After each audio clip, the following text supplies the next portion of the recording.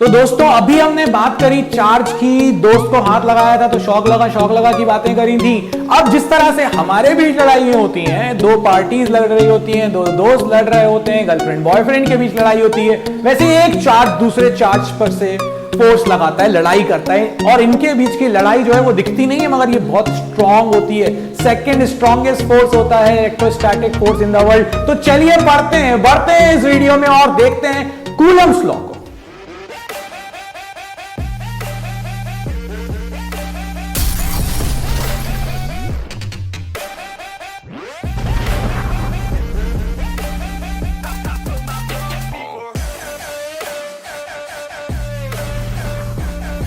तो भाई Coulomb's law हमसे क्या कहता है, पहले कूलम्ब्स लॉ को समझ लो, ठीक है। इसके लिए आपको एक बूटी चाहिए और बूटी ये कहती है कि यहां पर हम बात करने वाले पॉइंट चार्जेस के बारे में। ये पॉइंट चार्जेस क्या होते हैं? इस समय मेरे लिए स्टूडियो बहुत बड़ा है यार, तुम्हारे लिए तुम्हारा घर भी बहुत बड़ा है, उस कमरे में बैठे हो उसके कंपैरिजन में तुम छोटे हो। हाँ बिल्कुल सही कह रहे हो। बट अगर मैं तुमसे कहूं कि तुम एयरप्लेन में हो या फिर हेलीकॉप्टर में हो और काफी हाइट पर हो और वहां से अपने घर को देख रहे हो, घर कैसा दिखेगा? पिद्दू सा।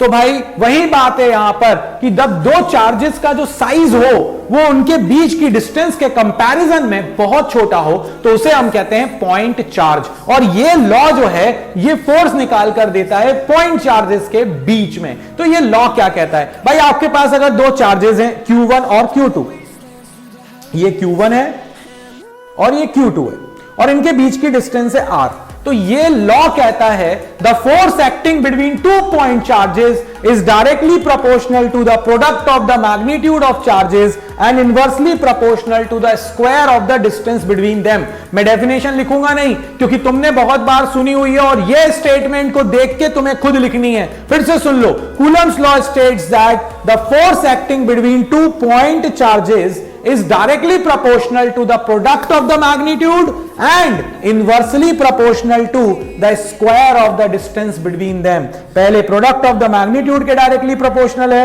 and then inversely proportional to the square of the distance between them। और इन दोनों को combine कर देंगे तो हमारे पास आ जाएगा F is equals to या F is proportional to Q1 Q2 by R square. Proportionality हटा दो, एक कांस्टेंट लगा दिया K।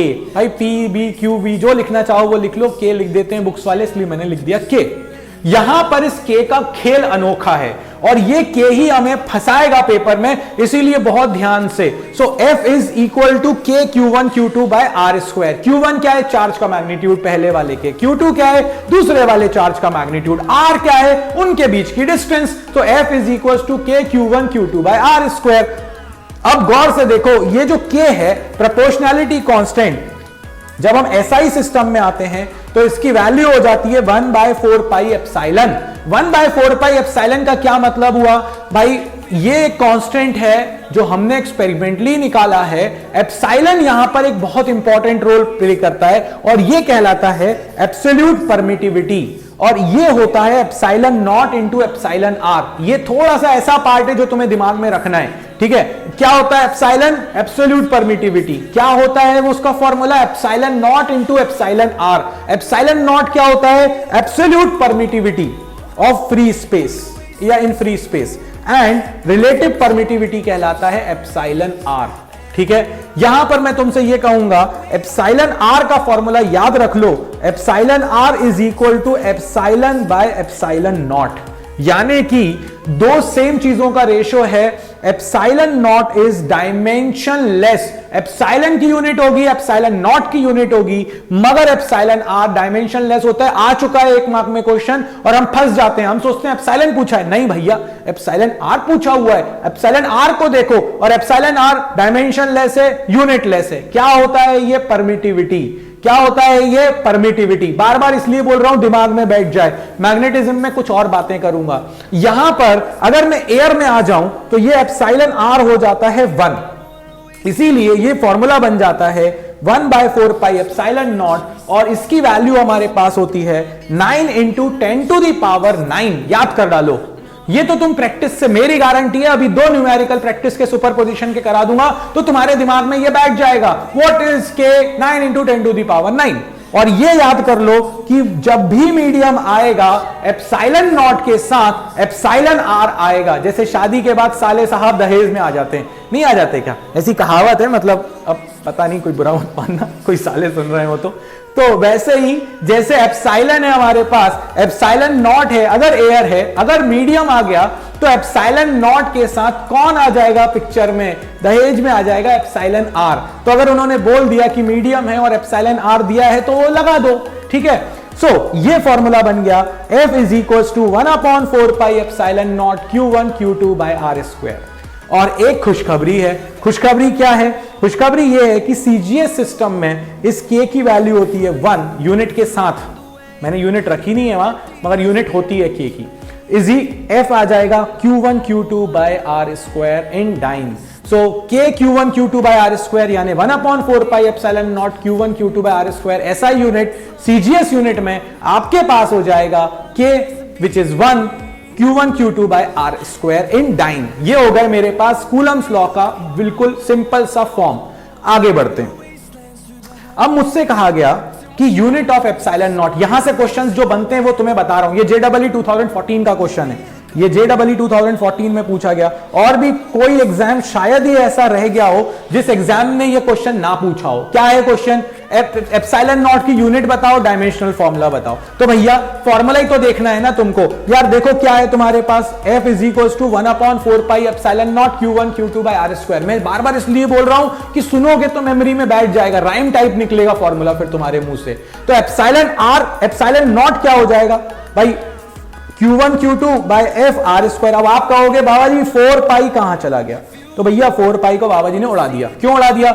यूनिट तो होगी नहीं उसकी, और हमें तो यहां यूनिट निकालनी है, तो जबरदस्ती कचरा क्यों इकट्ठा करके रखें? तो भाई उड़ा दिया उसको। जैसे ही उड़ाया तो देखो Q1 के लिए हो जाएगा कूलम, Q2 के लिए हो जाएगा कूलम, और डिस्टेंस स्क्वायर है तो मीटर स्क्वायर, फोर्स का हो जाएगा न्यूटन। फॉर्मूला बन जाएगा, जो यूनिट है अपने पास वो बन जाएगी coulomb square by metre square into newton. ठीक है। अब डायमेंशनल फॉर्मूला जो पूछा गया था, देखो भैया चार्ज का डायमेंशनल फॉर्मूला 80 था, तो वो हो जाएगा चार्ज का एक 80, दूसरे चार्ज का 80 का स्क्वायर, डिस्टेंस L यानी L स्क्वायर। अब अगर आप देखो फोर्स, तो फोर्स क्या हो जाएगा? MLT-2। तो अगर आप इन दोनों तीनों को सॉल्व कर दो तो ये आ जाएगा M-1 L-3 T4 A square, और ये आपके पास बन गया dimensional formula of epsilon not, जो कि यहां से क्वेश्चन बनता है। इसके बाद एक वैरायटी और पूछी जाती है, डिफाइन 1 कूलम। 1 कूलम की डेफिनेशन दो। कूलम SI में होगा और इसका यूज करके तुमको उसकी डेफिनेशन देनी है। ओके बाबा जी, अभी देते हैं इसकी डेफिनेशन। कैसे देंगे इसकी डेफिनेशन? तो देखो भाई, बाकी सारी चीजों को कैंसिल करवा दो, सिर्फ Q को 1 बना दो किसी भी तरह इस फॉर्मूले में। अब कैसे बनाऊं? तो देखो यार, ये फॉर्मूला है मेरे पास। अब इस फॉर्मूले में मुझे Q को 1 बनाना है। अब Q को 1 बनाना है तो एक काम करते हैं, फोर्स को रख देते हैं 9 × 10⁹, दोनों साइड से कैंसिल। Q1 Q2 को बराबर कर देते हैं और डिस्टेंस को 1 मीटर कर देते हैं। तो देखो वो 9 × 10⁹ कैंसिल हो जाएगा, R की वैल्यू 1 हो जाएगी, Q1 Q2 इक्वल हो जाएंगे, तो Q² = 1 आ जाएगा। बस इतना ही तो लॉजिक लगाना था कि 1 कूलम की डेफिनेशन देनी है। सब हटाओ, मोह माया है, सबको त्याग दो। त्याग दिया बाबा जी ने कहा, तो भाई Q1 Q2 को मैंने कर दिया Q, R को कर दिया 1, फोर्स को रख दिया 9 × 10⁹, ये कैंसिल हो गया मेरे पास फोर्स, और ये हो गया 1, और Q1 Q2 बन गए Q²। सो Q की वैल्यू आ गई है मेरे पास +-1। अब जो तुमने लिखा है ना, उसको अपने मुंह से, मुखाग्र बिंदु से सुना दो। क्या? When 2 point charges of same magnitude are separated by a distance of 1 meter। दो चार्जेस थे, सेम मैग्नीट्यूड के थे, कितनी डिस्टेंस पर रखे हुए थे? यूनिट डिस्टेंस पर 1 मीटर पे रखे हुए थे। कितने का फोर्स लगा रहे थे? 9 × 10⁹ का न्यूटन का फोर्स लगा रहे थे। तो उन चार्जेस को तुमने क्या कहोगे? 1 कूलम, क्योंकि उसी को सॉल्व करने पे तो Q1 आ रहा है। सो देखो, 2 point charges of same magnitude are separated by a distance of 1 meter, exert a force of 9 × 10⁹ Newton on each other, then the point charges are said to be of 1 coulomb. बहुत simple सी definition थी, बहुत ही simple शब्दों में मैंने तुम्हें समझा दी। ये हो गया आपके पास पॉइंट चार्जेस की या 1 कूलम की डेफिनेशन। अब इसके बाद क्या? एक वैरायटी और आती है, वो ये बोलते हैं कि ये आपके पास 2 चार्जेस थे, इनके बीच में फोर्स है Fa, जब ये एयर में रखे हुए थे, सेम डिस्टेंस पर ले जाकर तुमने इनको रख दिया एक मीडियम में, जिसका जो अपना एप्सिलॉन r है, जिसकी परमिटिविटी। अब जैसे इस मीडियम में रखा तो फोर्स है Fm। बताओ फोर्स बढ़ जाएगा, कम हो जाएगा, कितने टाइम्स बढ़ जाएगा, कितने टाइम्स कम हो जाएगा, आया हुआ क्वेश्चन है। तो क्या करो, जब एयर में थे तो फॉर्मूला हो जाएगा 1/4 pi epsilon naught Q1 Q2 by R square, simple formula. जब मीडियम में आओगे तो मैंने कहा था ना, दहेज में किसको लेके आओगे, एप्सिलॉन r को लेके आओगे, तो एप्सिलॉन नॉट के साथ क्या आ गया, एप्सिलॉन r आ गया। यहां पर देखो गौर से, और अगर एप्सिलॉन r आ गया आपके पास, दोनों को डिवाइड कर दो, या फिर इसमें से जो सेकंड वाला है इसमें से एप्सिलॉन r को बाहर रख दो, तो ये बचेगा। अब अगर आप इसको देखो यहां पर कि एप्सिलॉन r जैसे ही बाहर गया, जो बचा हुआ है वो तो फोर्स इन एयर है, तो अपने पास आ गया force in medium is equal to force in air divided by epsilon r। मतलब कि जब आप मीडियम में जाते हैं तो जो फोर्स है वो एप्सिलॉन r टाइम्स कम हो जाता है, एयर में ज्यादा और मीडियम में कम हो जाएगा। कितना कम हो जाएगा, एप्सिलॉन r टाइम्स कम हो जाएगा। In medium the force between two charges placed at the same distance is 1 by epsilon r times as compared to the force in air। भैया 1 by k टाइम्स कम हो जाता है। अगर उसने बोला कि मैंने ऐसे मीडियम में डाल दिया जिसकी रिलेटिव परमिटिविटी, या इसी को एक नाम और देते हैं डाइलेक्ट्रिक कांस्टेंट, 5 है, तो फोर्स कितना हो जाएगा, फोर्स 1/5 टाइम्स हो जाएगा। मतलब 1/εr टाइम्स आपका फोर्स हो जाएगा। तो यहां पर अपन ने अभी बात करी है कूलम्स लॉ की, कुछ अच्छे केसेस पर बात करी। नेक्स्ट वीडियो में अपन लोग बात करेंगे वेक्टर लॉ की, वेक्टर फॉर्म की, जो कूलम्स लॉ का वेक्टर फॉर्म है, कंपैरिजन करेंगे ग्रेविटेशनल और इलेक्ट्रोस्टैटिक फोर्स में, प्रिंसिपल ऑफ सुपरपोजिशन की बात करेंगे। बहुत बड़ा चैप्टर है दोस्तों, समय लगेगा मगर बहुत मजा आएगा, क्योंकि इंटरेस्टिंग बहुत है, और जब बाबा जी बोलेंगे तो और इंटरेस्टिंग हो ही जाएगा। चलिए तो मिलते हैं नेक्स्ट वीडियो में। स्लॉट 2 में ये दूसरा वीडियो था। इसी तरह से पढ़ते रहेंगे, बढ़ते रहेंगे। जब भी मौका मिले लाइक, शेयर और सब्सक्राइब जरूर करना। इस वीडियो में इतना ही। जय हो।